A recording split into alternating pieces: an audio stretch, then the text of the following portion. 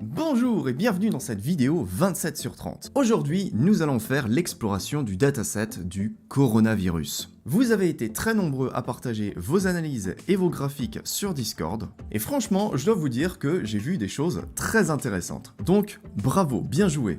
Maintenant, si vous qui regardez cette vidéo avez rencontré 2-3 petits soucis, que vous vous êtes un petit peu perdu durant cette analyse, surtout, ne vous en faites pas, ça arrive très souvent de rencontrer des difficultés quand on débute. C'est pourquoi dans cette vidéo, je vais vous montrer comment vous auriez pu effectuer cette analyse de façon simple en gardant les idées très claires. Et une fois que j'aurai fait ça, je vous montrerai également comment faire une analyse un petit peu plus détaillée. Allez, vous êtes prêts? C'est parti!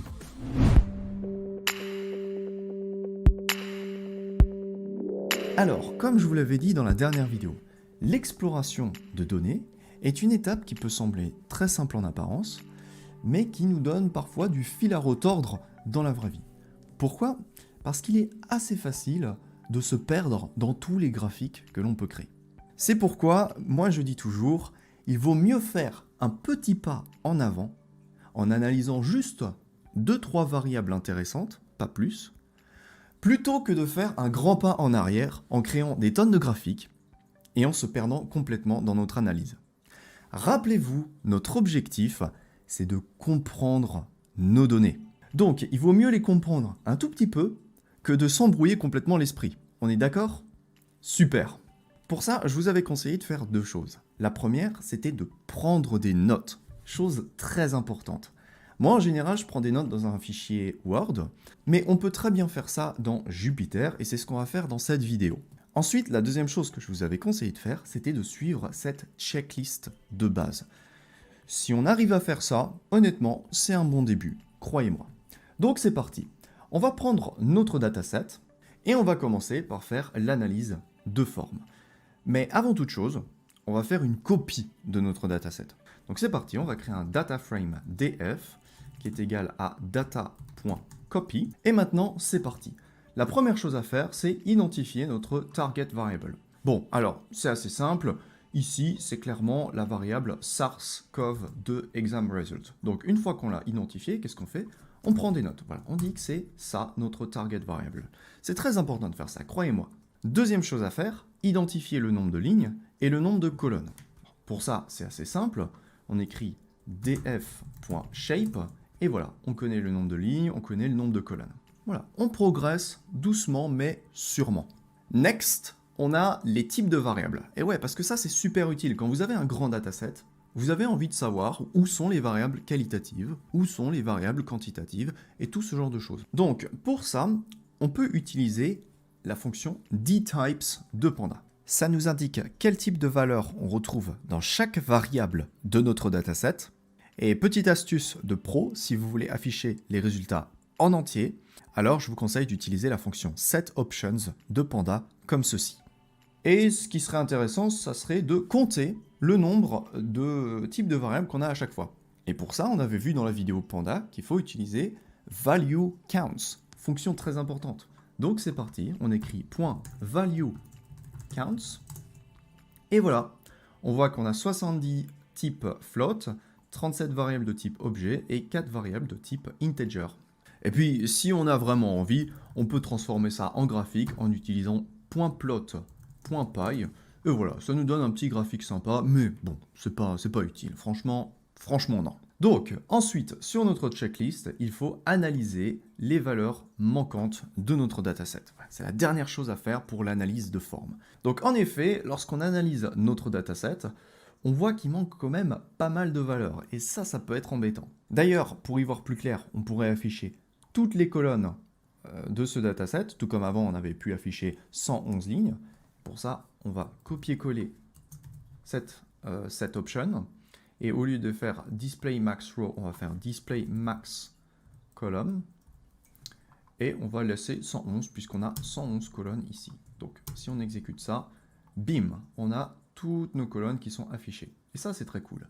Et comme on peut le voir, ouais, il y a beaucoup de valeurs manquantes. Donc moi, ce que j'aime beaucoup faire pour visualiser ma valeur manquante, c'est tout simplement de visualiser mon dataset en entier. Alors vous allez me dire, waouh, mais comment tu peux faire ça? Je veux dire, le dataset, il est géant. On ne veut pas afficher 5000 lignes et 111 colonnes.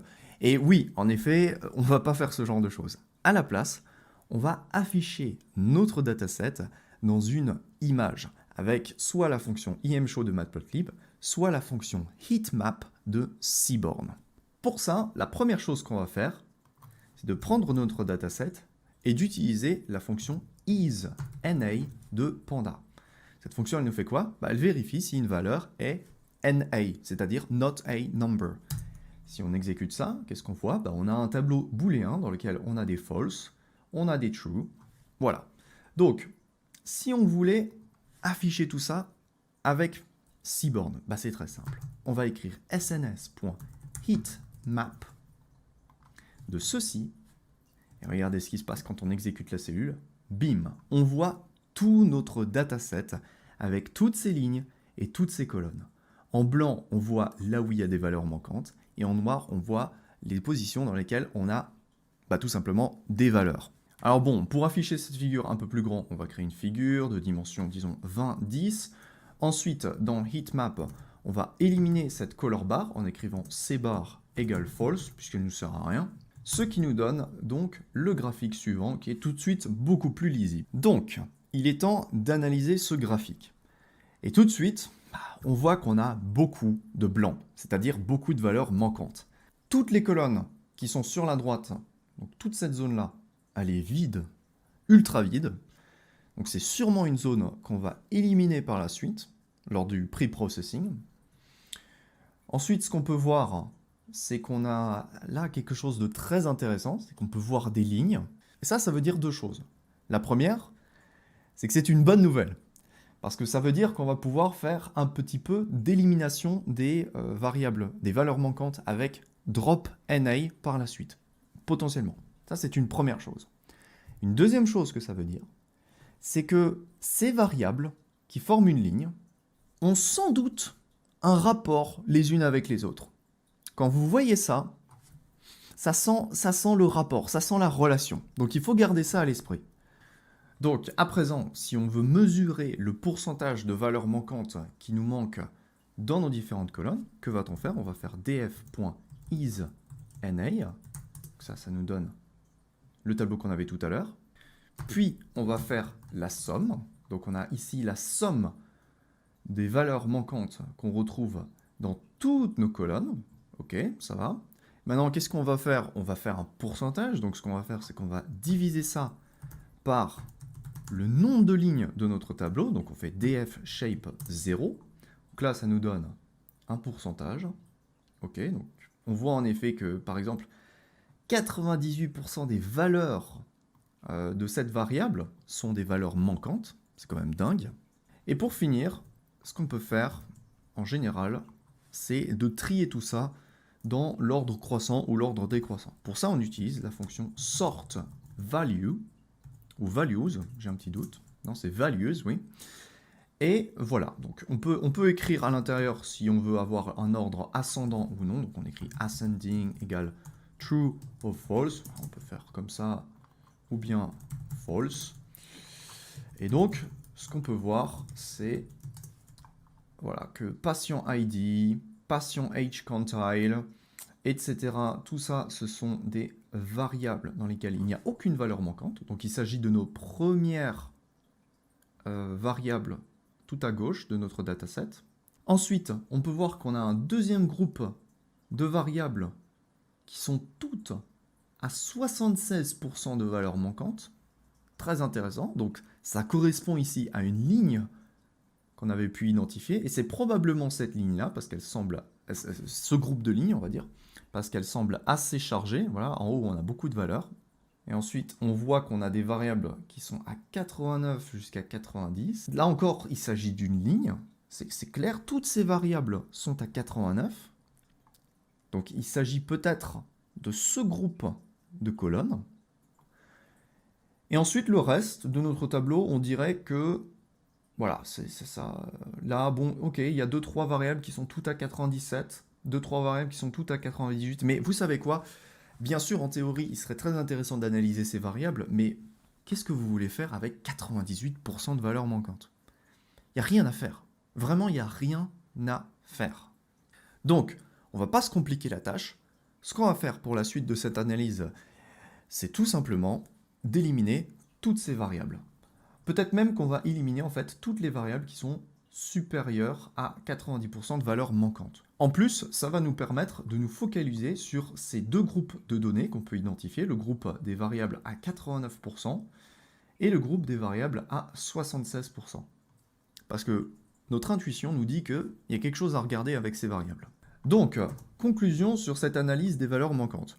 On a pu voir qu'on a beaucoup de N à N. Ensuite, qu'est-ce qu'on a pu voir? On a pu aussi voir que, eh bien, il y a deux groupes de données, très clairement, dans notre dataset, et ça, on a pu l'identifier grâce à l'analyse des valeurs manquantes. Encore une fois, c'est assez fou. Et en fait, en faisant quelques recherches sur Internet, on se rend compte que le groupe où il y a 76%, eh bien, ça, c'est un groupe de tests bactéries, virus, voilà, d'autres virus. Et ensuite, les variables qui ont 89% de valeur manquante sont en fait des variables liées à des taux de globules blancs, de globules rouges, ce genre de choses. Ok, avec ça, on a terminé notre première analyse de forme. Maintenant, on va passer à l'analyse de fond. Donc c'est parti, on va commencer cette analyse de fond, mais avant toute chose, nous allons un petit peu nettoyer notre dataset.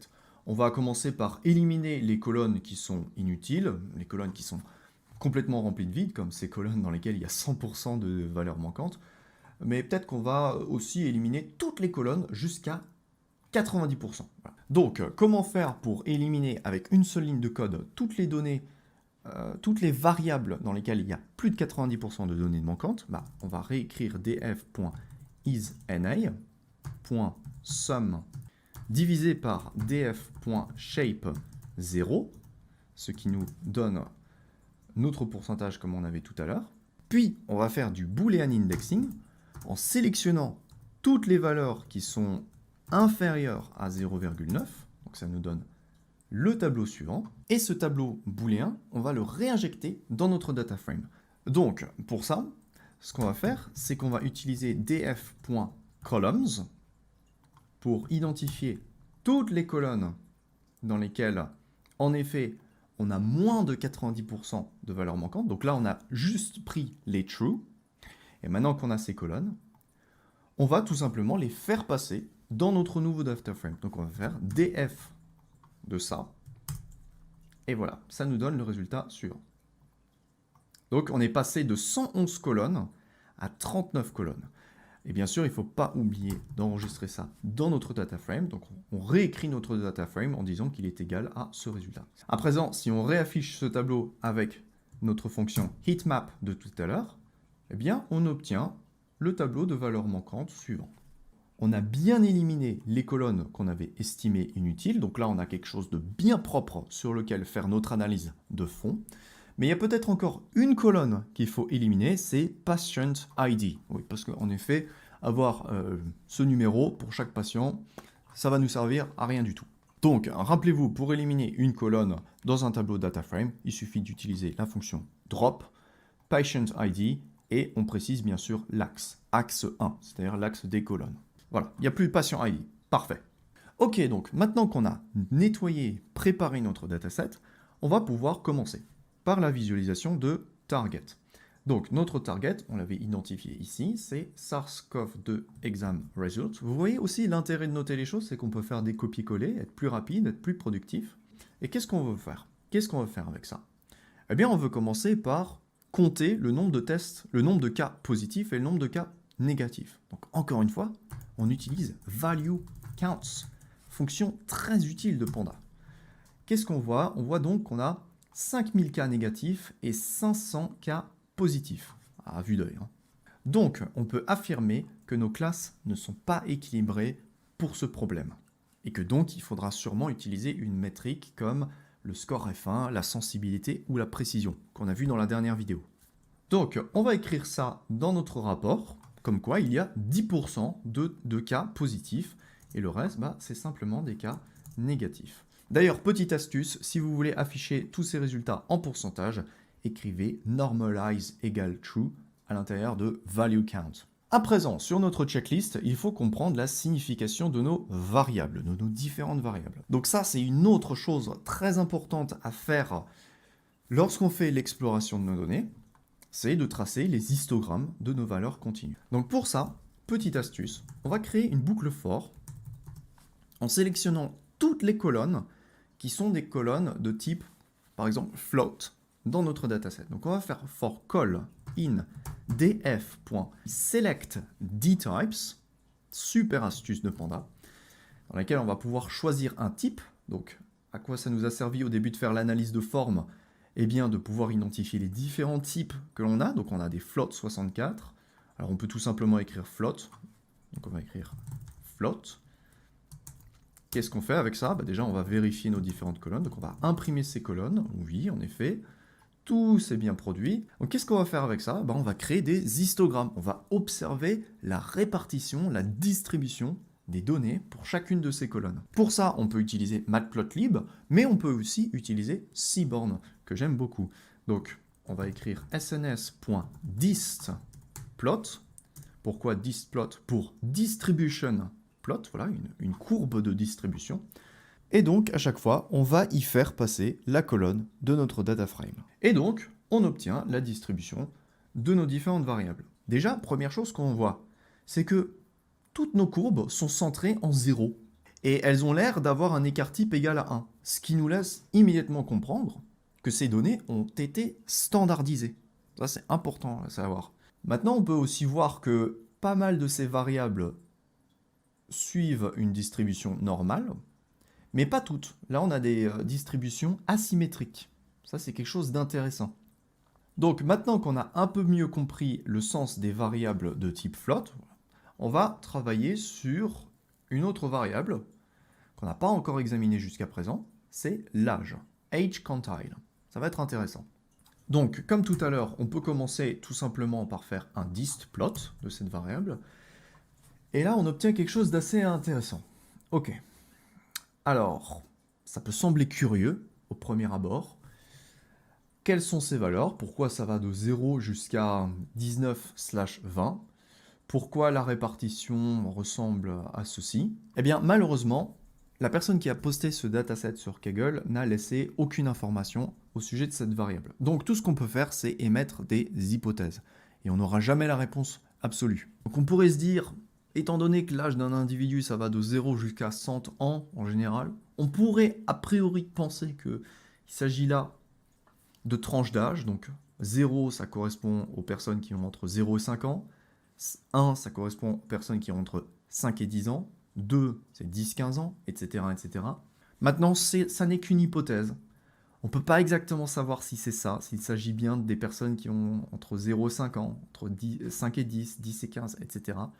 Ou bien si cette variable a en fait été transformée de façon mathématique avec par exemple, quantile transformer. C'est tout à fait possible, on n'en sait rien, on ne peut pas le savoir. Donc voilà, pour age quantile, on peut écrire qu'il est difficile d'interpréter ce graphique. Clairement, les données ont été traitées. La personne qui a mis le dataset ne l'a précisé nulle part, mais c'est pas très important. Donc, à ce stade, on a visualisé nos variables continues. On a également visualisé l'âge quantile, puisqu'il n'était pas intégré dans les floats. Il nous reste maintenant à visualiser les variables catégorielles, donc de type object. Donc, la question que vous vous posez peut-être, c'est comment est-ce qu'on visualise des variables qualitatives ou des variables catégorielles? Eh bien, ce que je vous conseille de faire, c'est de commencer par simplement vérifier les différentes catégories qui résident dans chaque variable. Par exemple, pour notre variable target, on a deux catégories, c'est la catégorie positif et la catégorie négatif.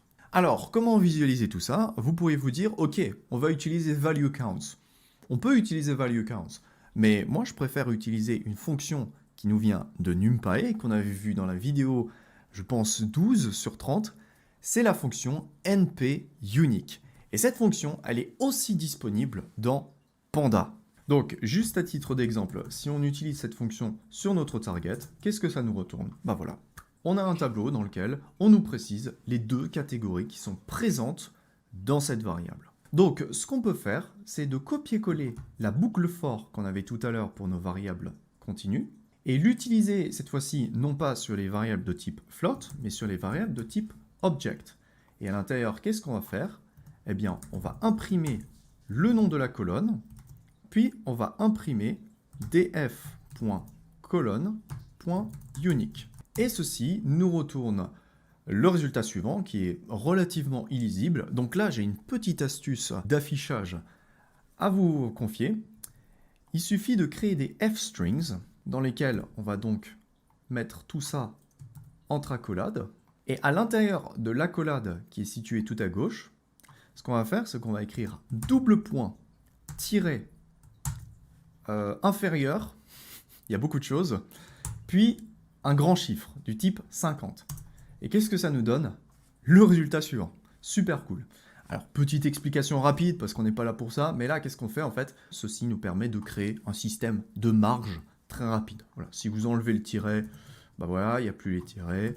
Si vous changez la valeur, que vous mettez 20, bon bah, c'est simplement espacé de 20, mais du coup, on va avoir des trucs qui se rejoignent pas tout à fait. Donc voilà, vous pouvez rapidement jouer avec ça. C'est très utile. Petite astuce. Donc, maintenant, passons à l'analyse de nos variables. On voit que ce sont à chaque fois des variables binaires. Voilà, on a soit négatif, positif, ou bien detected, not detected. On remarque juste une variable, tout en bas, qui ne possède qu'une seule variable, qu'une seule valeur, pardon, not detected. Donc, cette variable, en l'occurrence, elle ne nous servira absolument à rien. Donc, voici la première chose à faire lorsqu'on analyse des variables qualitatives. Commencer par voir les différentes catégories qu'il y a dans chaque variable. Très important. Ensuite, on peut venir compter le nombre de valeurs qu'il y a dans chaque catégorie. Donc, pour ça, on va reprendre notre boucle for, on va la copier en dessous, et au lieu d'imprimer tout ça, on va créer une nouvelle figure. On va prendre df de notre colonne, .valueCounts pour compter les valeurs qu'il y a dans chaque variable. Et ensuite, on va afficher tout ça, pourquoi pas, avec un graphique, comme on appelle en français, camembert. Et ça nous donne le résultat suivant. Donc, on peut voir que la majorité des tests viraux sont négatifs, mis à part un qui semble vraiment intéressant, c'est le rhinovirus et entérovirus. Donc, conclusion, variables qualitatives, elles sont toutes binaires, ce sont les variables virales, et il y a le rhinovirus qui semble très élevé. Voilà, ça c'est juste une petite note. Donc, c'est fini pour cette petite catégorie signification des variables. On a pu comprendre nos variables continues, qualitatives, ainsi que l'âge. Alors, j'ai juste pas encore fait l'analyse de ces trois variables, si le patient est admis en soins réguliers, semi-intensifs ou bien en soins intensifs, parce que je le réserve pour la partie d'analyse un petit peu plus détaillée, qui viendra après. En attendant, il nous reste à faire la dernière chose de notre checklist de base, qui est de visualiser la relation entre nos variables et notre target. Étant donné qu'ici, on a deux groupes d'individus, les individus positifs et les individus négatifs, ce que je vais faire, c'est que je vais commencer par créer des sous-ensembles positifs et négatifs pour faciliter l'analyse après coup. Donc, pour faire ça avec Panda, en général, on va faire du Boolean indexing. Si on sélectionne notre colonne SARS-CoV Result et qu'on veut tous les cas qui sont positifs, hein, on va écrire ça, on va faire du Boolean indexing, et qu'est-ce qu'on va faire? On va réintégrer ça dans notre data frame. C'est toujours la même technique. Donc on fait df lorsque ceci est vérifié, on ferme, et voilà. Là on se retrouve avec le data frame dans lequel, d'ailleurs, on peut voir tout de suite, il n'y a que 558 lignes. Donc ce data frame, on va le nommer positive df, et on va faire la même chose pour un data frame négative df. Maintenant, après avoir fait ça, on pourrait se dire, pourquoi ne pas créer des sous-ensembles blood et viral, puisqu'on avait clairement identifié dès le début ces deux catégories de variables? Eh bien, allons-y. En plus, on peut faire ça en utilisant simplement des petits calculs sur les nombres de valeurs manquantes qu'on a dans chaque variable, puisqu'on avait identifié que blood, ça avait en général 89% de variables de valeur manquante, et viral, c'était aux alentours des 76. Vous vous rappelez, tout à l'heure, on avait calculé le taux des valeurs manquantes qu'on avait partout, voilà, avec cette expression. Et bien ça, on va l'enregistrer dans une variable qui s'appelle missing rate, et donc on peut filtrer notre dataset en écrivant par exemple qu'on veut tous les cas missing rate qui sont inférieurs à 0,9, mais également tous les cas de missing rate qui sont supérieurs à, disons, 0,88. Et donc, avec df.columns, on se retrouve avec la liste de colonnes suivantes. Et il s'agit bien de toutes nos colonnes de type test sanguin. Donc, on va créer une variable blood columns qui est égale à ceci. Et on va pouvoir faire la même chose pour une variable viral columns dans laquelle on aura simplement des taux différents, c'est-à-dire inférieur à 0,88 et supérieur à 0,75. Maintenant qu'on a créé ces sous-ensembles, on va pouvoir donc visualiser les relations target variable de façon ultra efficace, ultra rapide, vous allez voir. On va commencer par visualiser, disons, la relation target et blood. Pour ça, on va créer une boucle for. Comme tout à l'heure, on va utiliser sns.distplot, voilà, diagramme de distribution, mais on va séparer les cas qui sont positifs et les cas qui sont négatifs. Donc, on va faire distplot de positive df, dans lequel on sélectionne notre colonne, et on rajoute un label en disant que ça, c'est le cas positif, et on copie-colle cette ligne pour remplacer tout ça par le cas négatif, tout simplement, négative. On rajoute une figure et une légende, et on se retrouve avec les graphiques suivants. Et là, ça commence à devenir intéressant. On peut donc voir, variable après variable, s'il y a une différence entre les cas positifs et négatifs. Allez, je vous propose de visualiser ça tout de suite. Donc là, clairement, on voit rien de spécial. Ici, pareil. Ah, là, on commence à voir quelque chose. Platelets. Sur les platelets, on va prendre ça dans nos notes, on va le rajouter. On peut voir que, ok, il semblerait que les gens atteints du coronavirus, les gens positifs, ont des taux de platelets différents de ceux qui soient négatifs. Maintenant, c'est une idée. Si on veut être robuste, cette idée, il va falloir la transformer en hypothèse et tester cette hypothèse. Et ça, on le fera tout à l'heure dans la partie un peu plus détaillée. Mais on va noter ça dans notre prise de notes. On va écrire, ok, platelet, tester cette hypothèse. Il semblerait qu'il y ait une différence. Ensuite, mean platelet volume. Ok, bon, bah, c'est à peu près la même chose. Red blood cells, à peu près la même chose. Lymphocytes, ok. Ok. Ah, sur les leucocytes, encore une fois, on a une différence. Et sur les monocytes également, on a une différence. Donc, conclusion de cette partie. On dirait que les taux de monocytes, platelets et leucocytes semblent liés au Covid-19. Et on va tester cette hypothèse plus tard. Première chose intéressante qu'on a pu visualiser ici. Donc, première conclusion intéressante de cette analyse de fond. Maintenant, on va essayer de visualiser la relation entre la target et l'âge quantile. Donc pour ça, on pourrait reprendre le code qu'on a fait jusqu'ici, mais je vais vous montrer une autre fonction de Seaborn qui est très utile, une fonction que vous devez rajouter dans votre boîte à outils de Data Scientist, c'est la fonction countPlot, SNS countPlot, dans laquelle, si on a un petit doute, eh bien on tape Shift Tab dans Jupyter, et boum, on peut voir comment s'en servir. Donc ok, il faut préciser X, U et Data. C'est ce qu'on va faire. Donc on va dire que X, c'est donc l'âge quantile. Le U, c'est le SARS-CoV-2 exam result. Et notre data frame, eh ben, c'est DF. Voilà. Là, on peut prendre le data frame en entier. Si on exécute ça, on obtient le graphique suivant. Donc un graphique dans lequel on compte le nombre d'apparitions de chaque patient âge quantile pour les résultats positifs et les résultats négatifs de cette variable. Voilà, c'est ça le graphique countPlot. Très utile, très pratique, retenez-le. Donc, que nous dit ce graphique? Eh bien, il nous dit quelque chose d'assez perturbant, j'ai envie de dire. C'est que il semblerait que l'âge soit lié au fait que l'on soit positif ou négatif au coronavirus.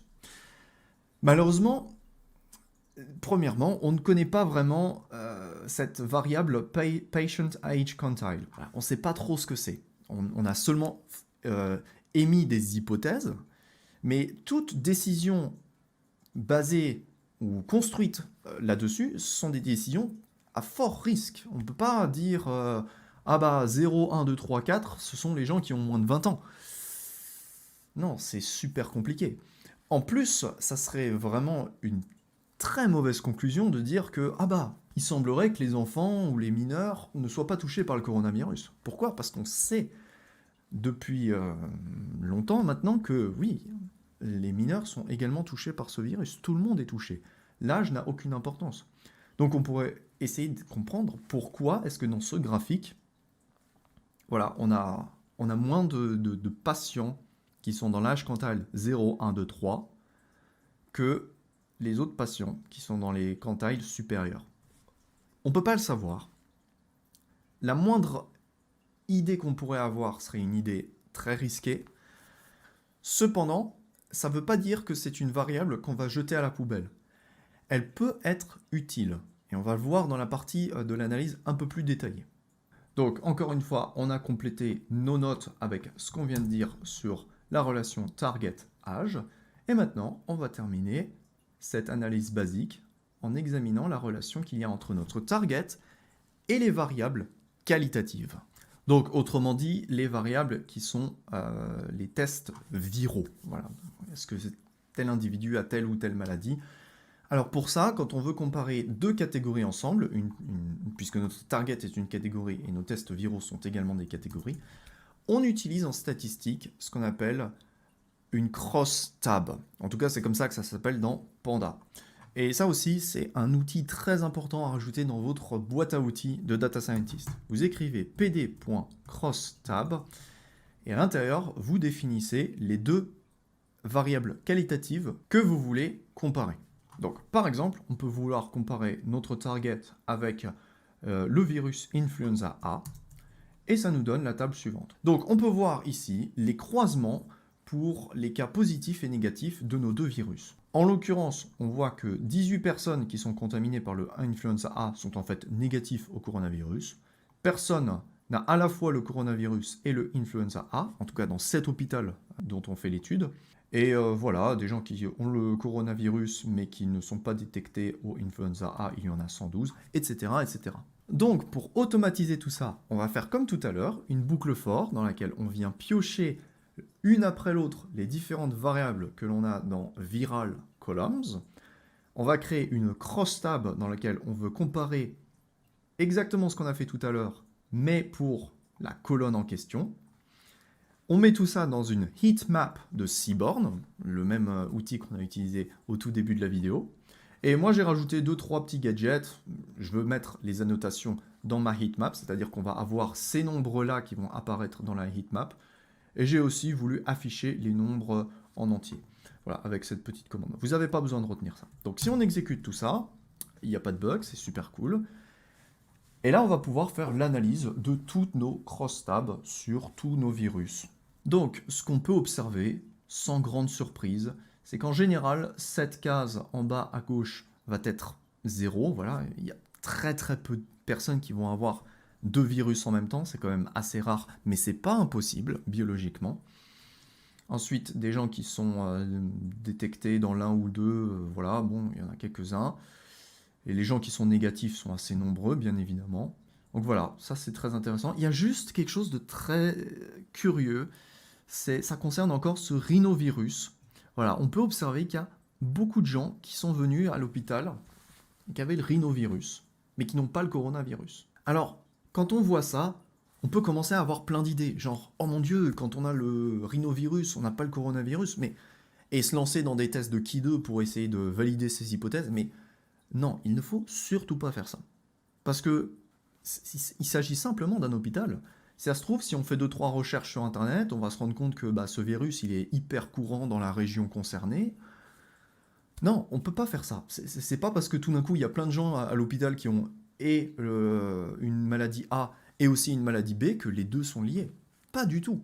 Donc, moi, je vois ça, je vous le dis tout de suite, j'ai pas forcément envie d'analyser plus en détail ce genre de choses à ce stade de développement. Voilà, je me dis simplement, ok, il y a des choses intéressantes à noter, mais on voit pas forcément de lien entre ces différentes choses. Par contre, là, on a quelque chose d'intéressant, et on en avait parlé tout à l'heure. On a une variable dans laquelle il y a, il y a qu'une seule valeur, not detected. Donc cette variable, elle partira d'office. Donc, on termine tout ça avec notre prise de notes. On voit que les doubles maladies sont très rares, que ce virus, rhinovirus, blablabla, positif, il y en a beaucoup dans cet hôpital, mais est-ce que ça a un lien avec le coronavirus? Je ne pense pas, parce qu'il est tout à fait possible d'avoir plusieurs épidémies en même temps. Ça ne veut pas dire qu'elles sont liées. Il ne faut pas faire de conclusions fallacieuses. Et s'il y a une hypothèse à tester, testons-la. Mais ici, moi, j'ai pas envie de faire ça à ce stade. Comme je le dis ici, il est possible que tout ça n'ait aucun lien avec le coronavirus. Voilà, il faut juste rester un petit peu pragmatique au bout d'un moment. Donc, conclusion de cette analyse initiale. On a pu voir qu'il manque beaucoup de données, que dans le meilleur des cas, on va pouvoir garder seulement, disons, 20% de notre dataset. On a pu identifier notre target, on a pu faire l'analyse de forme, on a pu identifier deux groupes de données, très utiles. On a pu voir qu'il y a environ seulement 10% de cas positifs dans notre dataset.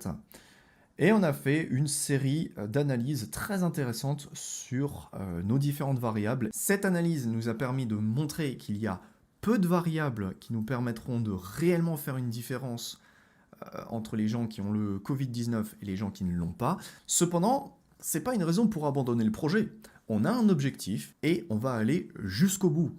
Si on pense que c'est trop compliqué de pouvoir prédire le Covid-19 avec les données cliniques dont on dispose, eh bien, on va jusqu'au bout. On démontre pourquoi c'est trop compliqué. On va essayer de comprendre qu'est-ce qui ne va pas, qu'est-ce qu'il faudrait en plus. Est-ce qu'il faut plus de données? Est-ce qu'il faut plus de variables? Est-ce que notre modèle sera en overfitting, en underfitting? C'est ça, le machine learning. Donc voilà, honnêtement, c'est l'une des choses les plus importantes que vous devez retenir dans cette vidéo. À présent, je vous propose de procéder à une analyse un peu plus détaillée, mais on va essayer d'accélérer un peu parce que la vidéo est déjà assez longue, je pense.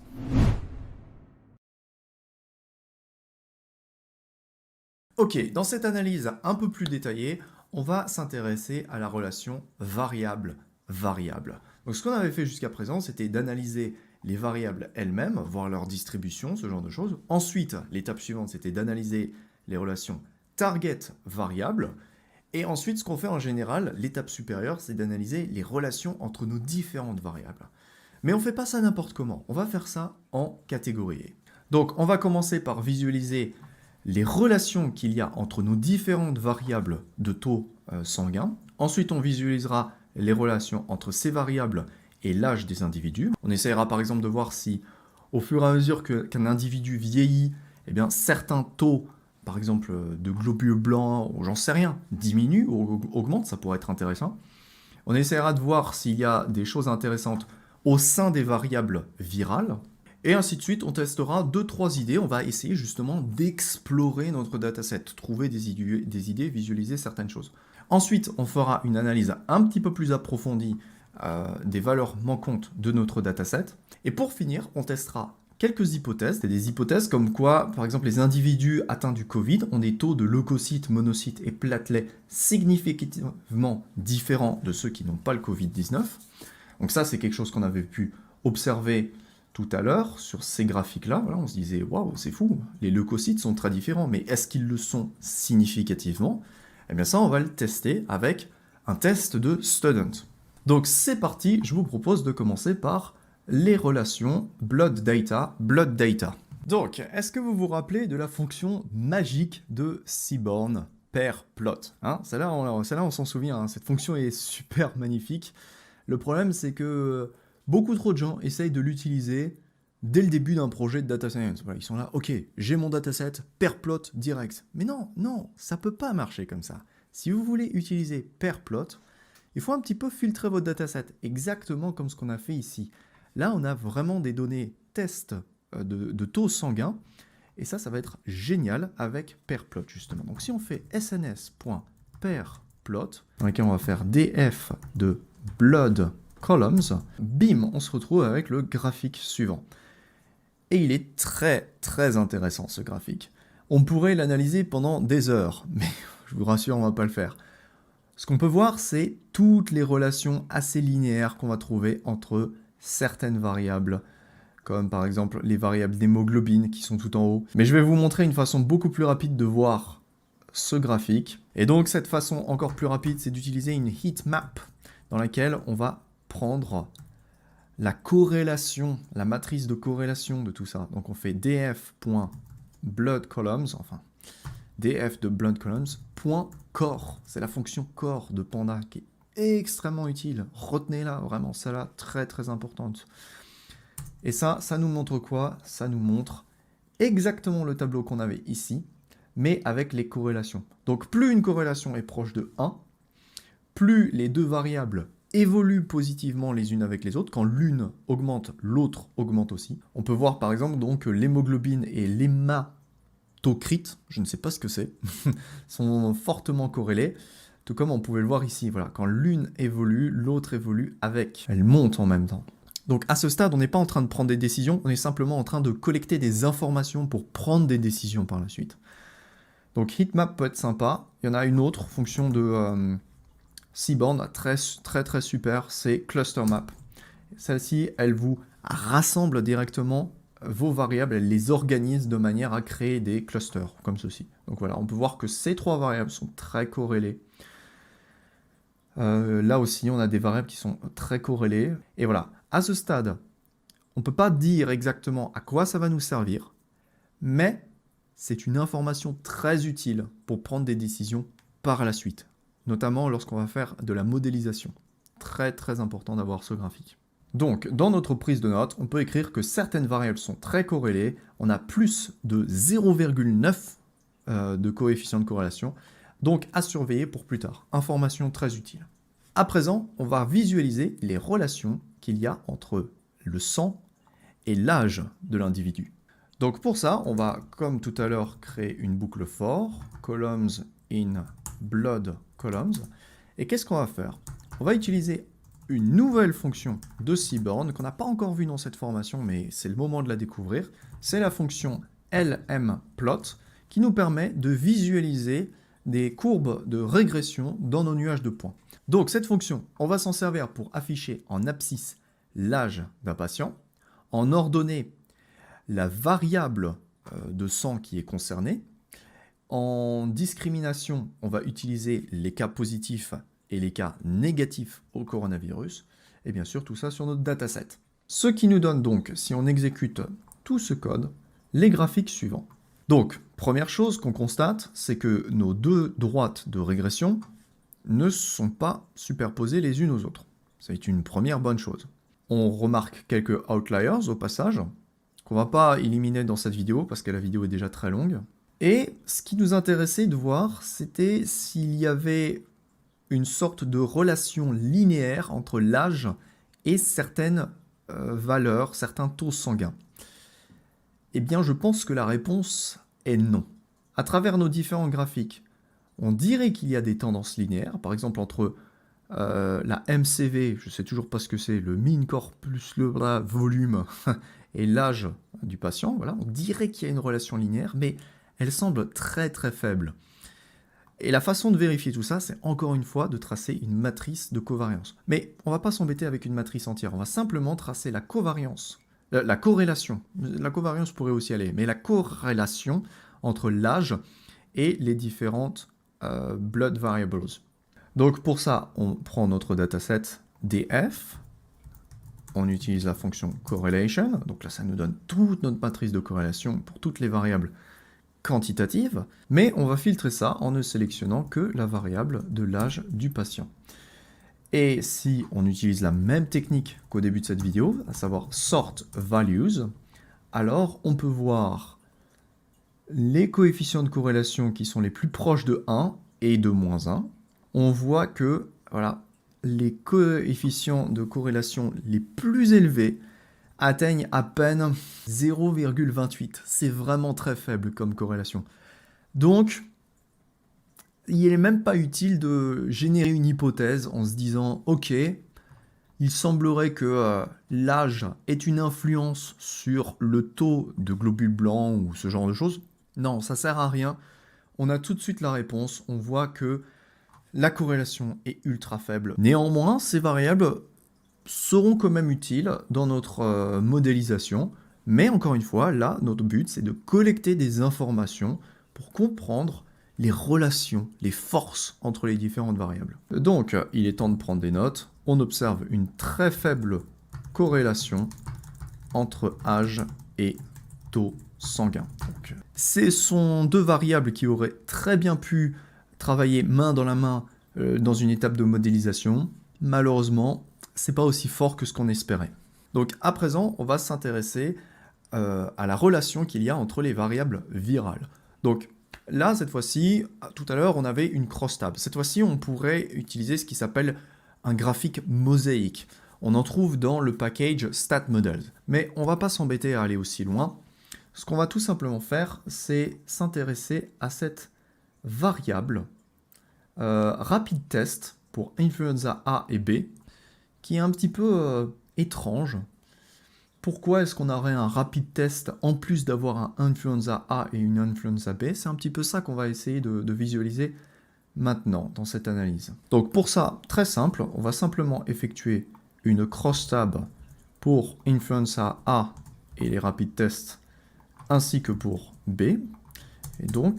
Et on remarque tout de suite quelque chose, c'est que on a quand même sur le rapid test 15 cas qui ont été détectés positifs, alors que sur le influenza A, c'était en fait des cas négatifs.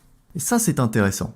Et c'est d'autant plus intéressant que lorsqu'on fait une recherche sur la sensibilité de ces tests sur Internet, on se rend compte que ces tests ont une très mauvaise sensibilité. Donc ce sont des tests très peu fiables.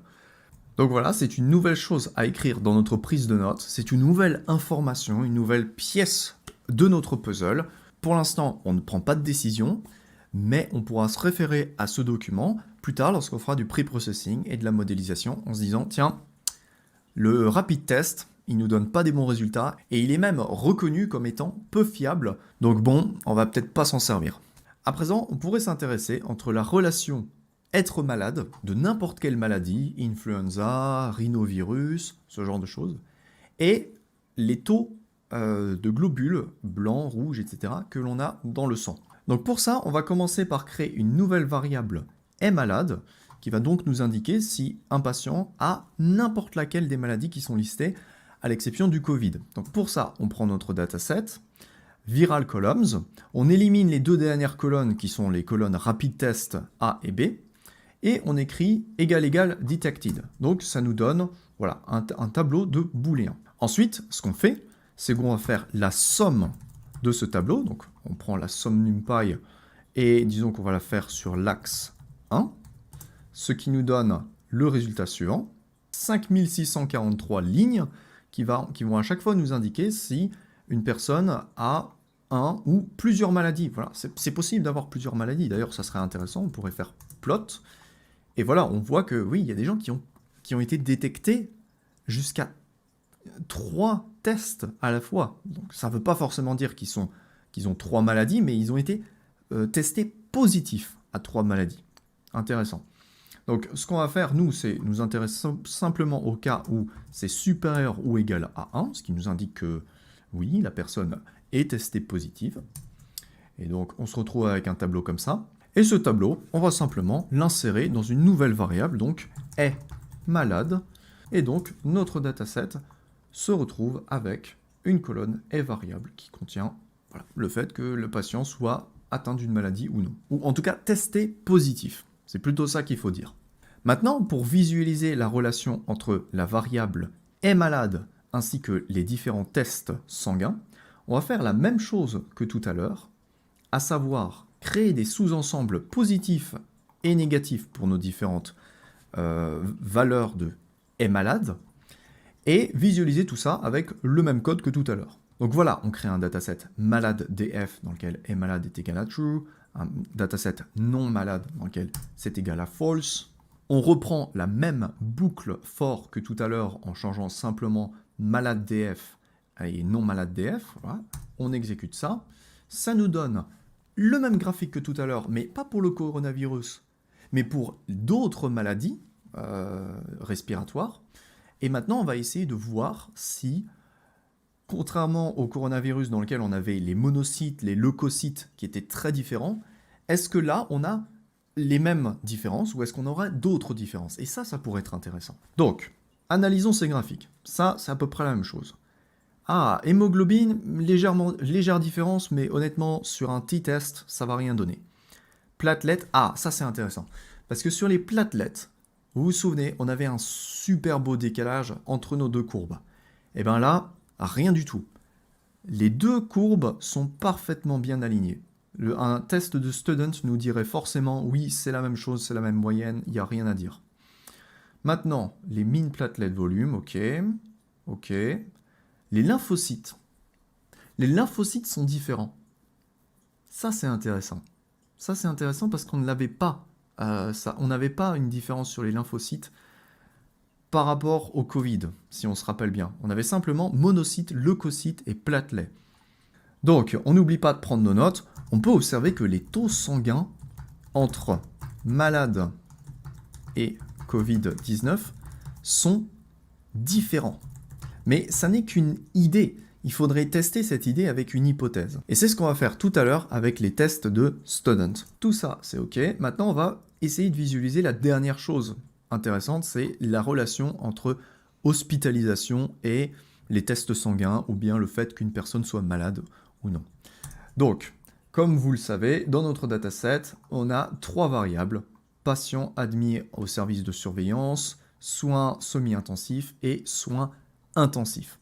Jusqu'à présent, on n'y a pas touché. Donc, ce qu'on va faire, c'est qu'on va créer une nouvelle variable, par exemple statut, dans notre dataset, qui va être égale au résultat de la fonction apply, qui est une fonction essentielle de Panda, dont on avait parlé avec les fonctions map et tout ça dans la vidéo 18/30, dans laquelle donc on va utiliser une fonction qu'on a créée, qui va simplement mettre dans statut soit l'état surveillance, soit semi-intensif, soit intensif, en fonction des résultats qu'on a dans nos colonnes, patient, admis, etc. Donc, quand cette colonne est égale à 1, alors c'est surveillance, sinon c'est soins intensifs, sinon c'est intensif, et s'il n'y a rien, alors on met état inconnu. Voilà. C'est aussi simple que ça. Donc, ce qu'on fait, c'est qu'on va utiliser cette fonction hospitalisation dans la technique apply de Panda, et on va voir appliquer ça sur l'axe 1, l'axe des colonnes, puisqu'on veut rajouter une colonne. Donc, on exécute ça. Il y a une erreur parce que je n'ai pas encore défini cette fonction. Maintenant, il y a toujours une erreur, et c'est parce que j'aurais pas dû mettre df. Voilà, c'est simplement on applique apply, on applique la fonction hospitalisation sur cet objet, donc il n'est pas nécessaire de mettre ça, c'était une petite erreur de copier-coller. C'est bien que je laisse les erreurs, je vais la laisser au montage, comme ça vous pouvez voir un petit peu ce genre de choses. Et donc, si on analyse notre dataset, df head, qu'est-ce qu'on obtient? On obtient, ok, une colonne statut, tout au bout de notre dataset. C'est très bien. Et maintenant, pour afficher la relation qu'il pourrait y avoir entre les taux sanguins des individus qui sont situés dans les différents services des hôpitaux, donc dans les différents statuts, on va réécrire une boucle for comme ce qu'on a fait depuis le début de cette vidéo. Mais attention, cette fois-ci, dans cette boucle for, on va créer une figure. Et sur la figure, on va à chaque fois rajouter différents dist plots. Je zoome un peu pour que vous voyez mieux. Sur lesquels on va itérer à travers les différentes catégories de statuts. Et pour ça, on utilise la fonction qu'on a déjà vue plusieurs fois, la fonction unique. Donc on va avoir le statut inconnu, soins intensifs, soins semi-intensifs et surveillance. Donc, qu'est-ce qui se passe? J'ai pas tout réécrit pour que la vidéo dure pas 1000 ans, que vous voyez quand même les choses rapidement. Mais ce qu'on a, c'est qu'on a filtré statut égale 4. On a injecter ce tableau booléen dans notre DF, c'est toujours la même chose, hein, toujours le même protocole. Ensuite, on a sélectionné uniquement la colonne concernée de blood colonne dans ce tableau DF qui a été filtré pour ne contenir que la catégorie concernée. On rajoute une légende en écrivant quelle catégorie on désire avoir. Et maintenant, si on exécute ce code, alors on obtient des graphiques vraiment très sympas. Et oui, c'est assez intéressant de voir que, ok, les personnes qui sont admises en soins intensifs ont des taux de leucocytes vraiment différents. Ça, c'est intéressant. C'est intéressant de voir ça. Et ça serait même intéressant si on voulait poursuivre un autre objectif que de vouloir prédire si une personne a le Covid ou non, mais à la place de vouloir insérer les gens dans le bon service en fonction de leurs résultats sanguins. Ça aussi, ça pourrait être un bon exercice, un bon objectif de prédiction, de modèle de machine learning, et on pourra peut-être le faire dans la vidéo 29/30, très rapidement. Donc, prise de notes, voilà, on est content. Et maintenant, on va s'attaquer à l'avant-dernier sujet de cette vidéo, qui va être l'analyse un petit peu plus détaillée des valeurs manquantes de notre dataset. Alors, ça va vraiment être rapide, mais c'est très utile de faire ça. Ce qu'on va faire, c'est qu'on va essayer de comprendre, juste à titre informatif, hein, qu'est-ce qui se passerait dans notre dataset si on éliminait certaines valeurs manquantes. Vous allez tout de suite comprendre. Actuellement, nous avons deux types de variables. Nous avons les blood columns et les viral columns. Donc idéalement, on aimerait avoir les deux, mais le problème, et on le voit très bien ici, c'est que nos lignes ne sont pas alignées entre ces deux catégories de variables. Donc la réunion entre ces deux catégories de variables va éliminer énormément de valeurs dans notre dataset. On va se retrouver avec un nombre tout petit de données. Et ça, on peut le voir très facilement en écrivant df.dropNA et en comptant le nombre de variables qui nous restent. Et voilà, le nombre de valeurs qui nous restent. Et voilà, il nous reste 99 valeurs dans notre dataset par colonne. Sur les 5600, etc. qu'on avait. C'est quand même pas cool. C'est quand même pas cool. Donc, si on veut travailler avec ces deux éléments, eh ben, il faudra sûrement qu'on conserve nos valeurs manquantes, qu'on les remplisse avec un fil NA dans la prochaine vidéo, la vidéo de pre-processing. En attendant, il serait intéressant de savoir combien de valeurs on aurait si on ne travaillait qu'avec les valeurs DF Blood. Donc on aurait 600 valeurs, c'est un peu plus de 10% de notre dataset. Et de la même manière, si on travaillait avec les viral columns, il nous en resterait 1354. Donc évidemment, là c'est clair et net, il vaut mieux travailler avec viral columns. Mais ça suffira sûrement pas. On a pu identifier grâce à notre analyse que ces variables-là sont extrêmement utiles.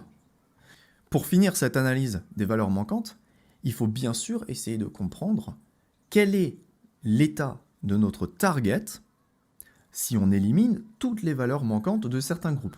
Par exemple, si on sélectionne le groupe des données virales, qu'on y rajoute la variable target, qu'on élimine toutes les valeurs manquantes, c'est-à-dire qu'on passe de 5000 valeurs à 1354, alors est-ce qu'on garde toujours un bon rapport de positif et de négatif dans notre target? Eh bien, on vérifie ça tout de suite en écrivant dropNA, COVID, et on utilise value counts. Et optionnellement, comme on l'a vu au début de la vidéo, on peut utiliser normalize égale true.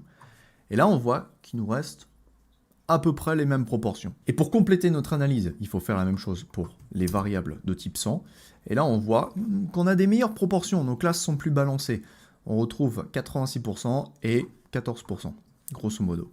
Donc pour terminer, on prend nos petites notes en écrivant tout ça sur papier, comme ça on garde ces informations à portée de main, ce qui est très utile. Et on va terminer cette vidéo en faisant rapidement quelques tests d'hypothèse. Parce que c'est vrai qu'on a pu, durant notre exploration, trouver quelques idées. On s'est dit, ah tiens, il semblerait par exemple que les individus atteints du Covid-19 ont des taux de leucocytes, monocytes et platelets significativement différents des individus qui sont négatifs. Eh ben, on va tester cette idée. On va émettre une hypothèse une hypothèse nulle, qui va donc être la suivante. H0 égale les taux moyens sont égaux chez les individus positifs et négatifs. Et cette hypothèse, on va la tester avec un test de Student. Alors, on n'en a pas parlé encore sur cette chaîne YouTube, des tests statistiques, ou à peine avec le test de Ki2, mais le test de Student, c'est un test qui permet de vérifier si la moyenne entre deux distributions est différente, est significativement différente. Et pour ça, on émet une hypothèse nulle dans laquelle on dit les taux moyens, donc les moyennes, sont égaux, elles sont égales les moyennes, entre nos deux distributions, nos deux groupes de données. Le principe du test de Student va être d'essayer de rejeter cette hypothèse. Pour ça, on définit un seuil alpha, qui est en général aux alentours de 2% ou 5%. On calcule une valeur P avec notre test de Student, ou notre test de Ki2, etc. Et si la valeur P est inférieure à notre seuil de probabilité alpha, alors on peut rejeter cette hypothèse, sinon on ne peut pas rejeter cette hypothèse. Voilà. C'est comme ça que fonctionnent les tests statistiques, mais vous en faites pas, si vous êtes un peu rouillé avec ça, on en parlera à l'avenir sur cette chaîne. Donc, pour effectuer notre test de Student, on va utiliser l'outil t-test d'indépendance qui nous vient du module scipy.stats. Maintenant, une chose importante à savoir, c'est que lorsqu'on effectue un test de Student, il est préférable d'avoir des classes balancées entre nos différents groupes. Voilà. Le nombre de gens positifs doit à peu près être égal au nombre de gens négatifs. Le problème, c'est qu'on n'a pas du tout ça. Donc, ce qu'on va faire, c'est qu'on va utiliser une technique d'échantillonnage en écrivant sample, dans laquelle on va préciser le nombre d'échantillons qu'on veut tirer au hasard dans négatif df. Donc, si on veut avoir quelque chose de parfaitement équilibré, on va écrire 558. Et là, on se retrouve avec 558 échantillons extraits au hasard de notre data frame négatif df. Et ça nous donne ça. On a 558 lignes. Et ça va être très utile. Donc, pour être bien sûr un petit peu plus malin, on va faire positive.df.shape 0, au cas où cela change à l'avenir. Donc voilà, là on a notre 558 qui est écrit ici. Eh bien, ces deux choses, on va les intégrer dans une fonction qui va faire appel à t-test indépendant, qui va calculer la valeur P entre ceci et cela pour chaque colonne de blood test, et on va comparer cette valeur P à notre seuil alpha. Donc voilà, en gros, on a ça, une fonction t-test, une valeur alpha égale à 0,2, on calcule une valeur P à partir de t-test indépendant, donc ce que je vous disais, dans lequel on compare la grosse expression qu'on a écrite là, que d'ailleurs on pourrait remplacer par balanced neg, dans lequel on va éliminer les valeurs manquantes, c'est mieux pour faire un t-test, et on va faire la même chose pour positive df, dans lequel on prend la colonne concernée, qui va être ici, et on fait drop NA. On vérifie si notre p-value est inférieure à alpha, et si tel est le cas, alors on rejette notre hypothèse, sinon on retourne 0. Voilà. Donc, on compile cette fonction, et maintenant, on va créer une boucle for, comme depuis le début, for colon in blood columns. Qu'est-ce qu'on fait? On imprime la colonne, on réutilise la petite astuce que je vous ai montrée au début pour faire des jolis alignements, et on va faire appel à notre fonction t-test de colonne. Mais alors, ce qui est intéressant de constater, c'est que, en effet, les platelets, les leucocytes, semblent être des variables significativement différentes pour les gens atteints du coronavirus et les gens qui ne sont pas atteints du coronavirus. Donc, ce t-test nous permet de revenir à notre prise de notes et de dire que cette hypothèse est rejetée. Les taux moyens ne sont pas égaux chez les individus positifs et négatifs. Et ça, c'est très intéressant pour la suite du programme, croyez-moi. Donc, bon, pour compléter cette analyse, on pourrait faire la même chose sur d'autres hypothèses qu'on aurait testées. Je vous laisse faire tout ça de votre côté si ça vous intéresse. Je vais mettre ce code sur GitHub dans les prochains jours, comme ça vous aurez tout ce code qui est assez long. Et la vidéo était d'ailleurs très très longue, hein. Dites-moi dans les commentaires si ça vous a embêté, c'est important pour moi de le savoir. Si vous préférez que je fasse de simples copier-coller, ce que moi je trouve pas terrible, ou plutôt que je tape le code comme ce que j'ai pu faire dans cette vidéo, je pense que c'est plus pédagogique, vous voyez, mais dites-le moi dans les commentaires, je fais ces vidéos pour vous, pas pour moi. Donc, voilà pour cette exploration de notre dataset, et vous voyez, on a quand même pris pas mal de notes, et des notes qui vont nous servir tout au long du projet. Donc, à partir de là, maintenant, il reste à faire le pre-processing, dans lequel il s'agit d'être cohérent avec les choses qu'on a identifiées ici. Donc, il faudra repartir de notre dataset originel, data, en refaisant une copie de notre dataset. Et puis, à partir de là, on va mettre en place différentes opérations qu'on a pu identifier comme étant utiles dans cette vidéo. Par exemple, on va drop patient ID. On va peut-être créer, recréer ou réutiliser la fonction qui nous permet de créer ça. On va évidemment filtrer les variables qui ont plus de 90% de valeurs manquantes. Tout ce genre de choses, on va très rapidement le refaire au début de la vidéo de pre-processing. Ensuite, pour cette vidéo, vous n'avez qu'à suivre la checklist que je vous avais donnée dans la vidéo 26. Voilà, je vous souhaite bon courage. Si vous ne voulez pas louper cette vidéo, pensez à vous abonner. Si vous avez la moindre question, laissez-la moi dans les commentaires de cette vidéo. Bien sûr, n'hésitez pas à rejoindre notre Discord et continuer à partager vos analyses, vos graphiques. Il y a des gens vraiment très très sympas dessus et je trouve que vous avez publié de très bonnes analyses pour cette première partie. Et bien sûr, j'aimerais terminer cette vidéo en remerciant les gens qui me soutiennent sur Tipeee. Merci à vous, je vous dis à très vite et portez-vous bien.